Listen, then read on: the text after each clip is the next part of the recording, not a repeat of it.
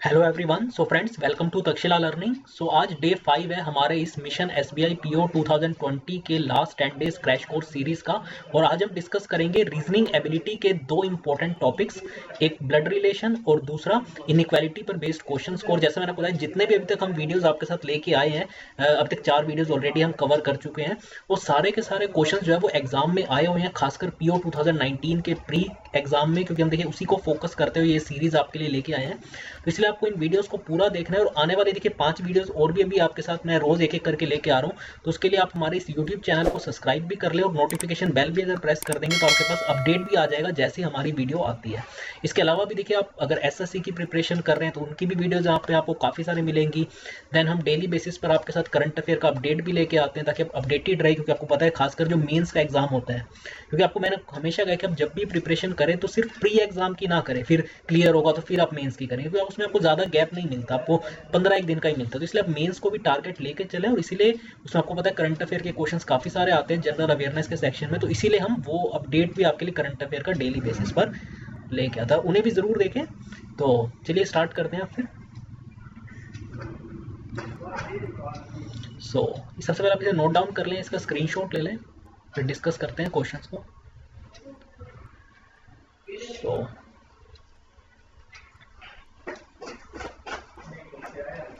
Okay, सो यहाँ पर देखिए 3 क्वेश्चन जो आपको दिखाई दे रहे होंगे, ये ब्लड रिलेशन के कंसेप्ट पर बेस्ड है। So read the information carefully and answer the following questions. अब देखिए, इसमें जो सबसे पहली लाइन हमें यहाँ पे गिवन है वो है जे इज मैरिड टू सी। अब देखिए स्ट्रेट फॉरवर्ड एक हमें पॉइंट गिवन है कि जे जो है वो उसकी मैरिज हुई है किसके साथ, सी के साथ, यानी ये कपल है, जे इज मैरिड टू सी। लेकिन ये चीज हमें यहाँ पे नहीं बताई गई कि जे मेल है या फीमेल है। तो वैसे अगर जे मेल होगा तो सी फीमेल होगी, या अगर जे फीमेल होगी तो सी मेल होगा। लेकिन अभी तक हमें सिर्फ इतना ही गिवन है कि जे जो है, जे की शादी सी के साथ हुई है और एक मैरिड कपल है। तो हम इक्वल टू के साइन से किसी भी एक मैरिड कपल को रिप्रेजेंट कर सकते हैं, ठीक है। आपका देखिए अपना एक तरीका हो सकता है रिप्रेजेंट करने का। तो यहाँ पे हम इक्वल टू के थ्रू रिप्रेजेंट कर रहे हैं इस मैरिड कपल को, J is married to C, ठीक है। फिर हमें कहा गया है कि B and D are the children of C, ठीक है। फर्दर हमें कहा गया कि जो सी है उनके 2 चिल्ड्रन है, एक बी और एक डी। क्योंकि देखिए नेक्स्ट जनरेशन में क्योंकि आ रहे हैं, क्योंकि इनके बेटे हैं, तो वैसे हमने एरो के साइन से नीचे इनको दोनों को रिप्रेजेंट किया ताकि हमें एक आइडिया भी लगता रहे बी और डी जो है वो सी के चिल्ड्रन है। तो ऑब्वियस सी बात है जे के भी चिल्ड्रन ही होंगे। अब अगेन हमें ये नहीं पता कि बी या डी का जेंडर यहाँ पे अभी तक हमें स्पेसिफाई नहीं किया गया इस लाइन तक, तो खैर ठीक है ना। हमें सिर्फ इतना गया कि सी के जो है चिल्ड्रन कौन कौन है, बी और डी है। फिर हमें कहा गया कि D is married to the daughter of K. तो के की जो डॉटर है उनके साथ डी की शादी हुई है। तो ऑब्वियसली बात है, देखिए अगर के की डॉटर के साथ डी की शादी हुई है तो डी का जेंडर क्या होगा, वो मेल होगा, तभी तो देखिए के की डॉटर के साथ उनकी शादी हुई होगी। तो हमने यहाँ पे के लिख दिया, ठीक है, यहाँ पे के ऊपर लिख दिया। तो के की डॉटर यहाँ पे देखिए उनका नाम नहीं पता, लेकिन इतना पता है कि के की डॉटर जो है यहाँ पे देखिए उनका नाम, आगे जब हमें इन्फॉर्मेशन अगर गिवन होगी तो हम उनका नाम लिख देंगे। तो के की डॉटर के साथ जो है वो डी की शादी हुई है, ठीक है। क्योंकि शादी के लिए मैंने आपको बताया अगर मैरिड कपल है तो हम इक्वल टू का साइन यूज करते हैं, तो आप यहाँ पे इक्वल टू का साइन देख सकते हैं, ठीक है। और फिर क्योंकि मैंने आपको बताया जेंडर के लिए अगर जेंडर मेल है तो हम स्क्वायर या रेक्टेंगल यूज करते हैं, और जो अगर जेंडर फीमेल है तो उसके लिए सर्कल का साइन, ठीक है।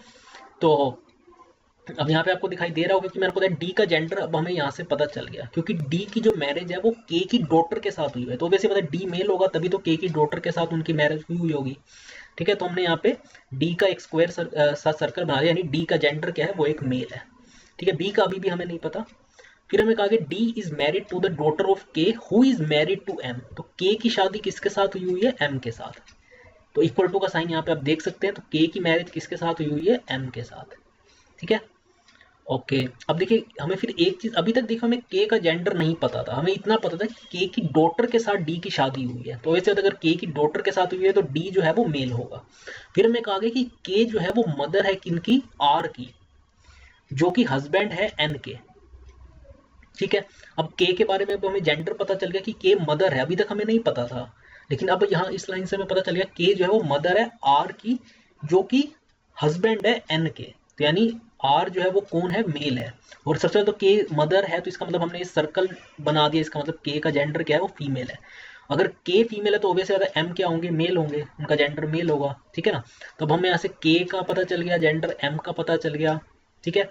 आगे चलते हैं। सो हमें यहाँ से के का जेंडर पता चल गया, एम का पता चल गया। अब जो ये लाइन यहाँ पर गिवन है कि K is the mother of R who is the husband of N, यानी के जो है वो मदर है किनकी, आर की, और आर क्या है, हस्बैंड है एन के। तो ऑब्वियस सी बात है आर का जेंडर क्या होगा, वो एक मेल होंगे, तभी तो देखिए वो हस्बैंड है एन के, तो यानी अगर आर मेल है तो एन क्या हो जाएंगी, फीमेल। और तभी देखिए अब क्योंकि हमें पता है के की जो है एक डॉटर है, और अब क्योंकि आर जो है वो एक मेल है, तो इसीलिए हम इस जो डी की जिनसे शादी हुई हुई है उसके प्लेस पे हम आर नहीं रख सकते थे। जो ये सर्कल एम्प्टी आपको यहाँ पे दिखाई दे रहा होगा ना, क्योंकि यहाँ पे तो देखिए फीमेल का आना चाहिए था, जबकि आर जो है वो के बेटे हैं जिनकी शादी एन के साथ हुई है, ठीक है ना। तो इसलिए यहाँ पे हमें, क्योंकि आर का जेंडर क्लियर था, इसीलिए इस एम्प्टी सर्कल यानी जहाँ पे डी की जो वाइफ है उनको आना था, वहां पे हम आर को क्यों नहीं रख पाए, क्योंकि देखिए आर जो है वो एक मेल है, क्लियरली कहा है ना कि K is the mother of R who is the husband, तो आर अगर हस्बैंड है किनके, एन के।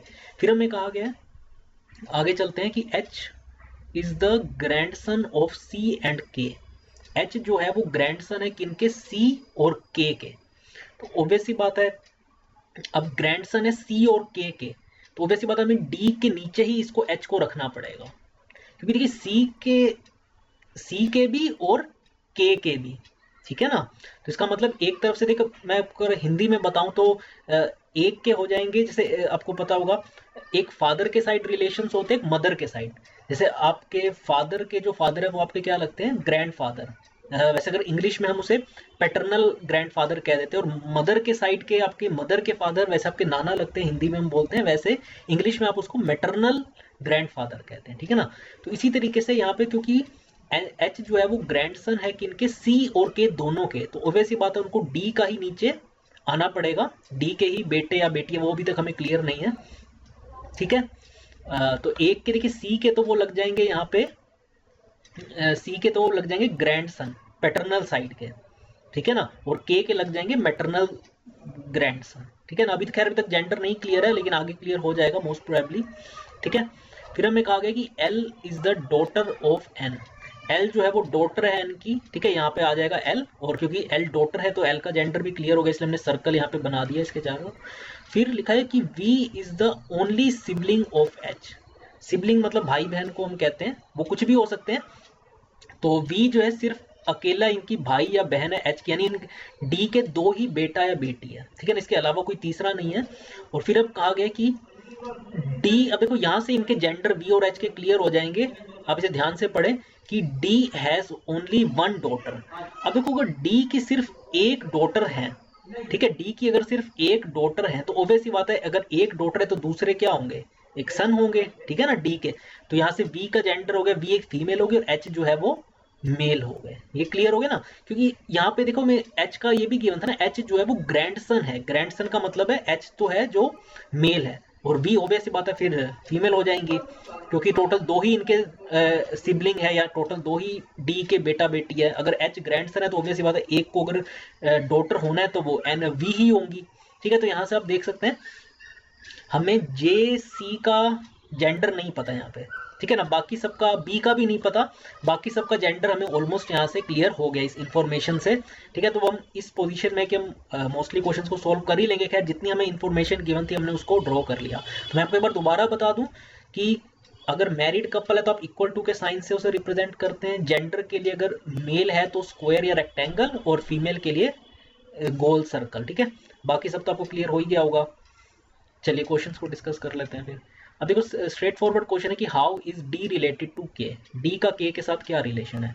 तो देखिए डी का के साथ क्या रिलेशन है, के की जो डॉटर है उनके हस्बैंड है डी, तो यानी ऑब्वियसली बात है क्या हो गए, सन इन लॉ। तो डी का क्या रिलेशन है, के साथ सन इन लॉ है। So how is D related to K, आप देख सकते हैं सन इन लॉ। फिर दूसरा क्वेश्चन है कि T is daughter of K then how is T related to D. अगर टी के की डॉटर है, अगर टी के की डॉटर है तो डी का क्या रिलेशन, तो ऑब्वियस ही बात है क्योंकि यहाँ पे देखिए अभी तक हमें डी की वाइफ के का नाम नहीं पता, क्लियरली यहाँ पे आपने पूरा पैराग्राफ पढ़ा होगा, हमें कहीं पर भी के की डॉटर का नाम नहीं गिवन। यहाँ पे देखिए सपोज करके कहा गया कि if T is daughter of K, तो टी का क्या रिलेशन होगा डी के साथ, तो ऑब्वियस सी बात है डी की क्या होंगी, वो वाइफ होंगी, तो वाइफ आ जाएगा क्वेश्चन नंबर ए ऑप्शन। फिर है how is L related to K, L का देखिए के के साथ क्या रिलेशन है, तो आप देख सकते हैं एल जो है वो के की क्या है, ग्रैंड डॉटर है, ठीक है ना। एल का के साथ क्या रिलेशन है, ग्रैंड डॉटर, क्योंकि के बेटे हैं आर और आर की फर्दर डॉटर है एल, तो के की वो क्या लगेंगी, ग्रैंड डॉटर, ठीक है। तो तीसरे क्वेश्चन का आंसर क्या हो जाएगा, बी ऑप्शन, ग्रैंड डॉटर, ठीक है। अब आगे बात करते हैं, 3 क्वेश्चन तो देखिए ब्लड रिलेशन के थे, एक बार मैं आपको दोबारा फटाफट बता देता हूँ, ठीक है ना। यहाँ पे देखो हमें सिंपली सी इंफॉर्मेशन जो गिवन थी, ठीक है, उसमें अब एक चीज थी मैंने आपको बताया, एक तो कि हमें डी, ये तो पता है कि डी की मैरिज के की डॉटर के साथ हुई है, लेकिन उनका नाम अगर आप पूरा पैराग्राफ एक बार दोबारा गो थ्रू करेंगे हमें कहीं पर भी नहीं गिवन। आर के बारे में इंफॉर्मेशन गिवन थी, लेकिन आर जो है वो के बेटे हैं, तो इसीलिए हम उसे डी, क्योंकि डी की जिनके साथ मैरिज हुई है वो वैसे बात फीमेल है, क्योंकि डी एक मेल है, तो और यहाँ पे आर जो है वो तो एक मेल थे, इसीलिए हम उस एम्प्टी सर्कल के ब्लॉक में उसे नहीं रख पाए, ठीक है।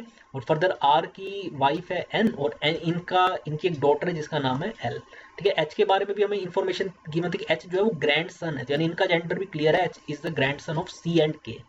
और फिर इनके एक ही सिबलिंग है जो है V is the only sibling of H, और क्योंकि इनकी सिर्फ एक ही डॉटर है तो वैसे पता अगर एच मेल है तो वी को फीमेल होना पड़ेगा। तो इस बेसिस पे हमने हमारे सारे क्वेश्चन सोल्व हो गए, और भी हो सकता है आपको 5 क्वेश्चन भी देखने को मिल जाए एग्जाम में, लेकिन 3 से 5 की रेंज में ही आपको क्वेश्चंस ब्लड रिलेशन पर बेस देखने को मिलेंगे, ठीक है। आजकल तो अगर आप देखेंगे तो पजल प्लस में ब्लड रिलेशन के क्वेश्चंस भी आपको देखने को एग्जाम में मिल जाएंगे, ठीक है ना। तो इसीलिए आप प्रैक्टिस करते रहें, अगर आप प्रीवियस ईयर्स के पेपर देखेंगे तो। अब जो क्वेश्चन नंबर 4 to 6 है वो किस पर बेस्ड है, मैंने आपको बताया था इनइक्वालिटी पर बेस्ड है। तो आपको एक स्टेटमेंट गिवन होगी जो आपके साथ अगले 3 क्वेश्चन में आपको दिखाऊंगा, खैर, और उसके बाद जो है आपको स्टेटमेंट गिवन होगी, उसके नीचे 2 कंक्लूजन होंगे गिवन। आपको आंसर क्या देना है, ए आंसर आप तब मार्क करेंगे अगर आपका सिर्फ कंक्लूजन 1 ट्रू हो रहा हो, बी आप तब मार्क करेंगे जब सिर्फ कंक्लूजन 2 ट्रू हो रहा हो, सी मार्क करेंगे आइदर के केस में, डी मार्क करेंगे नाइदर के केस में, और ई मार्क करेंगे बोथ के केस में, ठीक है। तो ये देखिए खैर ज्यादातर इसी तरीके से ऑप्शंस रहते, तो एक बार आप इनको मेमोराइज ही कर लिया, अगर आपको बार बार फिर इन्हें गो थ्रू करने की जरूरत नहीं पड़ेगी।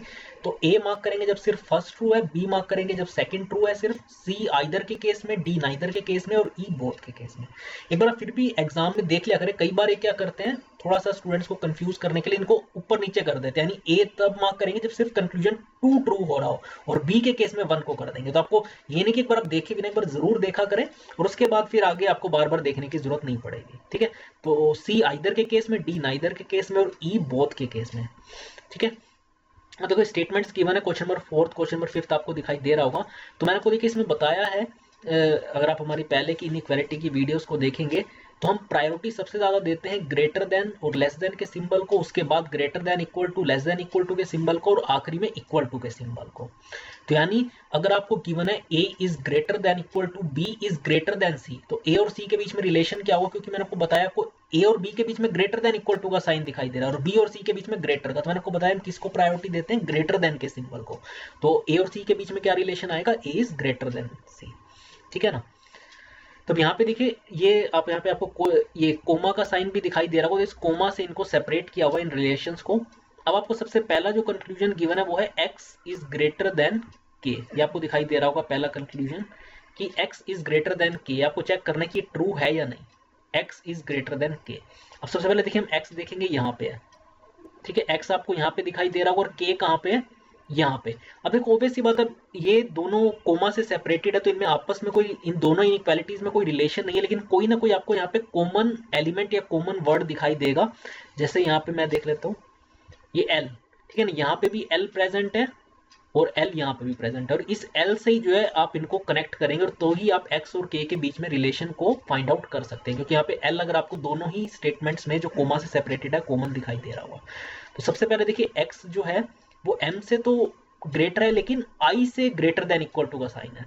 तो देखिए सेम ही डायरेक्शन में अगर सारे सिंबल्स ओपन हो तो ही हम इसका आंसर कंक्लूजन डेफिनेटली बता सकते थे, लेकिन यहाँ पे देखिए एक्स और एम के बीच में साइन इस डायरेक्शन में है, ठीक है ना, और आई और एम के बीच में डायरेक्शन बदल गई, तो इसलिए सीधा हमारा पहला कंक्लूजन गलत हो गया। ये सेम डायरेक्शन में अगर ओपन हो रहे होते तो हम ग्रेटर देन को प्रायोरिटी देते, लेकिन ये अपोजिट डायरेक्शन में ओपन हो रहा है, ठीक है, तो पहला कंक्लूजन तो गलत हो गया। अब चलते हैं दूसरे पे। अब देखिए W यहाँ पे है और M कहाँ पे, यहाँ पे, और इन्हें लिंक कौन सा कर रहा है, L लिंक कर रहा है, ठीक है ना, ये आपको पता ही है। तो सबसे पहले हमें W is greater then M के बारे में हम बात कर रहे हैं, लेकिन सबसे पहला ही देखिए आपको साइन यहाँ पे उल्टा दिखाई दे रहा होगा। यहाँ पे देखिए ये लेस देन का साइन है, जबकि यहाँ पे ग्रेटर देन का साइन होना चाहिए था। मैंने आपको बताया ना, जैसे जैसे आपको ग्रेटर देन और ग्रेटर देन इक्वल टू के साइन दिखाई देंगे तो ही आप प्रायोरिटी ग्रेटर देन को दे पाते हैं, लेकिन पहले ही लेस देन का साइन आ गया ये L से पहले ही, तो ऑब्वियस सी बात है हम ये कंक्लूजन भी ड्रॉ नहीं कर सकते थे कि W is greater then M, हम डेफिनेटली नहीं कंक्लूड कर सकते। तो हमारे दोनों ही कंक्लूजन यहाँ पे फॉल्स हो गए, तो इसका आंसर क्या हो जाएगा, नाइदर फर्स्ट नोर सेकेंड।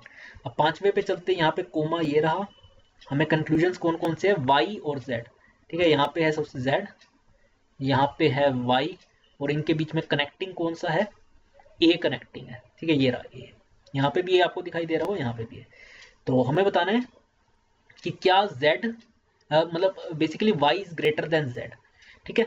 तो देखिए Y A से ग्रेटर देन इक्वल टू का है, ठीक है, Y greater than equal to A, फिर A यहाँ पे आ गया A is greater than equal to, D is greater than equal to, U is greater than U। अब देखो A ग्रेटर का साइन आ गया तो हम प्रायोरिटी किसको देते हैं, मैंने आपको बताया ग्रेटर वाले को। तो हम एक चीज कंक्लूड कर सकते हैं, Y is greater than Z। मैं आपको ये एक बार दोबारा बता देता हूँ, एक बार रब करके, ठीक है। मैंने आपको बताया तो साइन सारे एक ही डायरेक्शन में ओपन होने चाहिए और प्रायोरिटी हम फिर ग्रेटर वाले को देंगे। अगर सारे ही ग्रेटर देन इक्वल टू के साइन होते तो हमारा ग्रेटर देन इक्वल टू ही कंक्लूजन निकलेगा, लेकिन अगर एक भी ग्रेटर का साइन हो गया तो प्रायोरिटी हम उसे ही देते हैं। तो देखो Y ये रहा, Y जो है वो greater than equal to A है, ठीक है, फिर A जो है वो greater than equal to D है, D greater than equal to U है, और U ग्रेटर देन है Z। तो हम प्रायोरिटी किसे देंगे, ग्रेटर वाले को, क्योंकि बाकी सारे तो ग्रेटर देन इक्वल टू के साइन है, तो हम Y is greater than Z जो है वो कंक्लूड कर सकते हैं, ठीक है। अब बात करते हैं S is greater than Q वाले कंक्लूजन के बारे में, ठीक है। तो देखो एक बार मैं इसे रब कर देता हूँ, S M से बड़ा है, M greater than equal to A है, ठीक है, फिर A जो है, अब देखो यहाँ पे A जो है वो Q से बड़ा होना चाहिए था, तभी तो देखो हम ये कंक्लूड कर सकते थे, क्योंकि अभी तक तो ठीक चल रहा था कि S M से बड़ा है, M greater than equal to A है। अब एक भी अगर Q से बड़ा होता या ग्रेटर देन इक्वल टू का साइन होता तो ही हम दूसरे वाले कंक्लूजन को ट्रू मान सकते थे, क्योंकि देखो एक ग्रेटर देन का तो साइन आ गया था, यहाँ पे आपको दिखाई दे रहा हो, तो प्रायोरिटी तो हमारी सही रहती है। अगर यहाँ पे भी ग्रेटर देन इक्वल टू का साइन होता ना, A is greater than equal to या ग्रेटर देन Q, तो हमारा दूसरा कंक्लूजन ट्रू होता है, लेकिन यहाँ पे अपोजिट साइन है इसलिए हमारा दूसरा कंक्लूजन फॉल्स हो गया। तो सिर्फ इसका आंसर क्या होगा, ओनली कंक्लूजन वन फॉलोज, यानी A ऑप्शन। क्लियर है। तो अब देखो मैंने दोनों ही क्वेश्चन आपके साथ विदाउट पेन एंड पेपर किया, और आखिरी क्वेश्चन भी आप देख लो, यहाँ पर भी, यहाँ पे देखिए कोई कोमा नहीं है, तो जो ये देखिए क्वेश्चंस फिर भी थोड़े टफ होते हैं जहाँ पे इनइक्वालिटीज कोमा से सेपरेटेड होती है। जहाँ पे कोमा नहीं है वो तो देखिए बहुत इजी है, उसमें तो आपको बिल्कुल भी देखने की जरूरत नहीं है। अब जैसे ये J is greater then B, तो यहाँ पे देखिए एक ग्रेटर का साइन है, बाकी सारे ग्रेटर देन इक्वल टू का, तो ऑब्वियस ही बात है हम प्रायोरिटी किसे देते हैं, ग्रेटर को। यहाँ पे ग्रेटर का साइन है, यहाँ ग्रेटर देन इक्वल टू और ग्रेटर देन इक्वल टू, तो हम प्रायोरिटी ग्रेटर को देते हैं, तो पहला कंक्लूजन ट्रू हो गया। दूसरा H is greater then R। अब ये अगर आप ध्यान से देखें तो एक बार मैं रब कर देता हूँ इसे, H यहाँ पे है, R यहाँ पे है, तो देखो एक तरफ यहाँ पे sign greater than equal to का, लेकिन यहाँ लेस देन इक्वल टू हो गया, फिर लेस देन का हो गया, तो यानी अगर सिंबल सारे एक ही डायरेक्शन में ओपन होते, क्योंकि हमें R is greater then H चाहिए था ना, तो इसीलिए, ठीक है ना, तो R is greater then H चाहिए था, तो इसीलिए जो है यहाँ पे आपको दिखाई दे रहा होगा, यहाँ पे ठीक है ग्रेटर देन इक्वल टू का साइन है ग्रेटर का, लेकिन यहाँ पे साइन बदल गया, ठीक है ना, U और B के बीच में। ये भी अगर इसी डायरेक्शन में ओपन होता, B greater than equal to U होता, तो हमारा ये कंक्लूजन ट्रू होता। तो दूसरा कंक्लूजन हमारा यहाँ पे फॉल्स हो गया, और पहला कंक्लूजन यहाँ पे हमारा बिल्कुल ठीक है, ठीक है। एक सेकेंड, तो नहीं, ये पहला कंक्लूजन भी अगर आप ध्यान से देखें, मेरे से थोड़ी सी मिस्टेक होगी, क्योंकि यहाँ पे अगर आप देखें, ठीक है, ये ग्रेटर का साइन है ना, ग्रेटर का है, फिर ग्रेटर देन इक्वल टू का है, और फिर ग्रेटर, ठीक है, तो हम प्रायोरिटी ग्रेटर को देंगे, तो पहला कंक्लूजन हमारा यहाँ पे ट्रू है, दूसरा फॉल्स हो गया। क्लियर है। तो इसका आंसर भी क्या हो जाएगा, A ऑप्शन। जैसे मैंने आपको बताया, देखिए अगर कोमा से सेपरेटेड है इनइक्वालिटीज, वो फिर भी थोड़े टफ होते हैं, क्योंकि वहां पे आपको कनेक्टिंग वर्ड ढूंढना होता है, लेकिन यहाँ पे तो आपको कुछ भी ढूंढने की जरूरत नहीं है, सिर्फ इनइक्वालिटीज की डायरेक्शन देखनी है और प्रायोरिटी मैंने आपको बताया है हम किन को देते हैं। ठीक है, तो इसका आंसर हो जाएगा सिर्फ पहला कंक्लूजन ट्रू है। तो ये थे हमारे रीजनिंग एबिलिटी के 6 क्वेश्चन। 3 क्वेश्चन मैंने आपके साथ ब्लड रिलेशन के कंसेप्ट पर डिस्कस किए और बाकी के 3 इनइक्वालिटी के। ठीक है, अभी तक हम देखिए सीरीज के अंदर मैं आपके साथ 2 रीजनिंग की वीडियोस ला चुका हूँ। आखिरी वाली वीडियो के अंदर हम पजल्स के क्वेश्चन मैक्सिमम सोल्व करेंगे, पजल के डिफरेंट टाइप्स। ठीक है, इसके अलावा अगर कोई मिसलेनियस के क्वेश्चन है उन्हें भी जरूर मैं आपके साथ वहां पे कवर कर लूंगा। तो आज की इस वीडियो में इतना ही फ्रेंड्स। आने वाली वीडियोस के लिए मैंने आपको बताया, आप हमारे इस यूट्यूब चैनल को भी सब्सक्राइब करें, आप हमारी वेबसाइट विजिट भी कर सकते हैं जो कि है takshilalearning.com। क्योंकि अगर आप आने वाले और अगले साल के IBPS SBI एग्जाम्स को भी टारगेट कर रहे हैं तो वहां पे आपको 6 मंथ्स 1 ईयर की वैलिडिटी के साथ कोर्सेज मिल जाएंगे, बैंकिंग, SSC और रेलवे के, रिकॉर्डेड भी जिसमें वीडियोस मिलती हैं और लाइव भी क्लासेस डेली बेसिस पर हम कंडक्ट करते हैं। इसके अलावा टेस्ट सीरीज बिल्कुल एग्जाम पैटर्न पर, ई बुक से सब आपको मिलेगा। व्हाट्सएप ग्रुप बनाया जाता है फैकल्टीज के साथ 1 to 1, ताकि आप उनके साथ अपने क्वेरीज को इंस्टेंटली रिजोल्व कर पाए। क्लियर है? तो आज की इस वीडियो में इतना ही फ्रेंड्स, थैंक्स अ लॉट जुड़ने के लिए। और ठीक है।